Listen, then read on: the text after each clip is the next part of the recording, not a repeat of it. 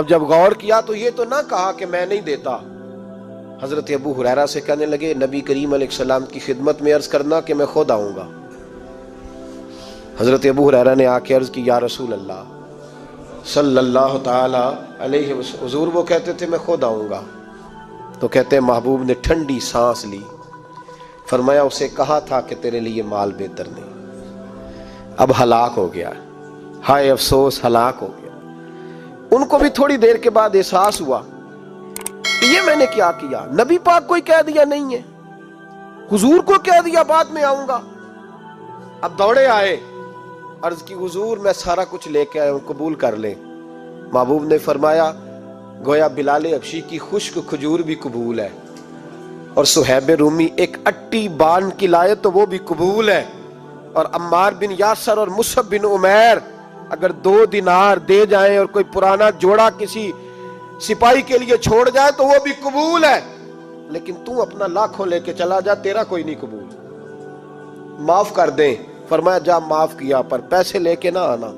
اگلے سال پھر آئے, بندے ہوئے ہاتھ ہے.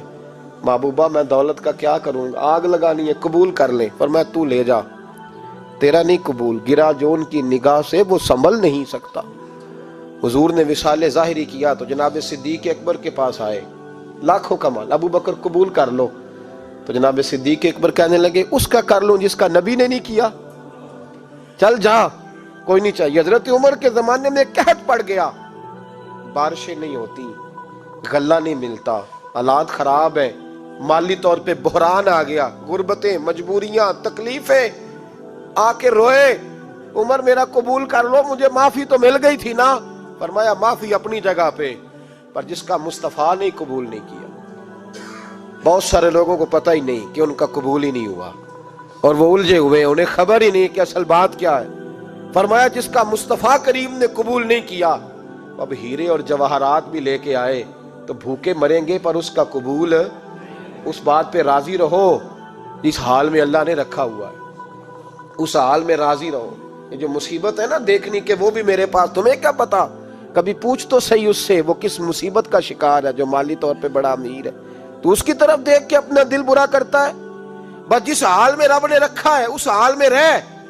حضرت عثمان غنی کے زمانے میں تو وہ وصال کر گئے, لیکن بھائی تو جس حال میں تیرا رب تجھے رکھتا ہے اس حال میں رہ, تیری مالی پریشانیاں ختم ہو جائیں گی. امام شافعی فرماتے ہیں جن گھروں میں لوگ فجر کی نماز کے وقت سوئے ہوتے ہیں ان گھروں میں رزق نہیں آتا. آپ فرماتے ہیں فجر کا وقت اللہ کے دینے کا وقت ہے, اس وقت اللہ بانٹتا ہے. حضور صلی اللہ علیہ وسلم کا فرمان ہے نا حدیث میں کہ تہجد کے وقت اللہ پہلے آسمان پہ نزول جلال فرماتا ہے جو اس کی شان کے لائق ہے تہجد کے وقت, اور وہ کہتا ہے مانگو میں تمہیں عطا کروں گا. لینے کی باری آئے تو بندہ سمیٹ سماٹ کے اندر گھس جائے. ہمارے ہاں یہ ہوتا ہے کہ عشاء کے بعد بچے بیٹھتے ہیں موبائل لے کے, تہجد کا وقت آتا ہے تو ان کی آنکھیں بند ہونی شروع ہوتی ہیں, تو لینے کے وقت تو سویا تھا, تیرا مسئلہ کیسے حل ہوگا بھائی؟ جب کوئی آدمی خیرات بانٹ رہا ہو تو جو پیالہ پیچھے کر لے اسے ملے گا؟ کہتے اس وقت آنا جب میں بانٹ رہا تھا, اب تو کدھر آ گیا ہے؟ مثال دے رہا ہوں. تو فجر کا وقت مانگنے کا ہے, تو ساری رات تو گزر گئی گیمیں کھیلتے, ٹی وی دیکھتے, اور جو لینے کا وقت تھا تو سو گیا, تو کیسے آئے گا تیرے پاس؟ تو اٹھے سویرے, بندوں سے مانگ کے دیکھ لیا, بڑی عزتیں خراب ہوئی. فجر کا وقت اٹھ کے جھولی پھیلائے. میرے رسول پاک علیہ السلام فرماتے ہیں, رب فرماتے ہیں جب بندے میرے آگے جھولی پھیلاتے ہیں مجھے شرم آتی ہے, کیسے خالی واپس کر دو. تو اس کے سامنے جھولی پھیلائیں سویرے اٹھ کے, رزق میں برکت ہوگی. اور پھر ایک اور بات, 5ویں بات, رزق میں تنگی اس وقت ہوتی ہے جب ہم مال غلط جگہ پہ خرچ کرتے ہیں. اللہ مال دیتا ہے اپنے فضل سے, اور جب ہم اسے ضائع کریں. مثال دیتا ہوں, میرے پاس ایک شخص نے آ کے کہا حضرت جی بچی کی شادی ہے, یا میرا گھر میں کوئی بیمار ہے, یا بڑی آزمائش ہے, 10,000 کی ضرورت ہے. میں نے تھما دیا اس کو, پھر مجھے بعد میں پتا چلا کہ وہ تو عیاشی کر رہا ہے پیسوں سے, وہ تو چلا گیا کہیں گھومنے اور فلاں ہوٹل میں, مہنگے ہوٹل میں بیٹھ کے کھانا کھا لیا. تو میرے دل پہ کیا گزرے گی اس شخص کے بارے میں؟ بلا مثال و بلا تشبیہ سمجھانے کے لیے اللہ نے مال دیا فضل سے, اور اگر عیاشیوں میں لگا دیا. صوفیاء فرماتے ہیں کہ اگر ایک دھیلا تو حرام جگہ پہ خرچ کرے نا ایک دھیلا تو 1,00,000 دینار کی برکت تیرے گھر سے اٹھ جاتی ہے، ایک دھیلا حرام جگہ پہ۔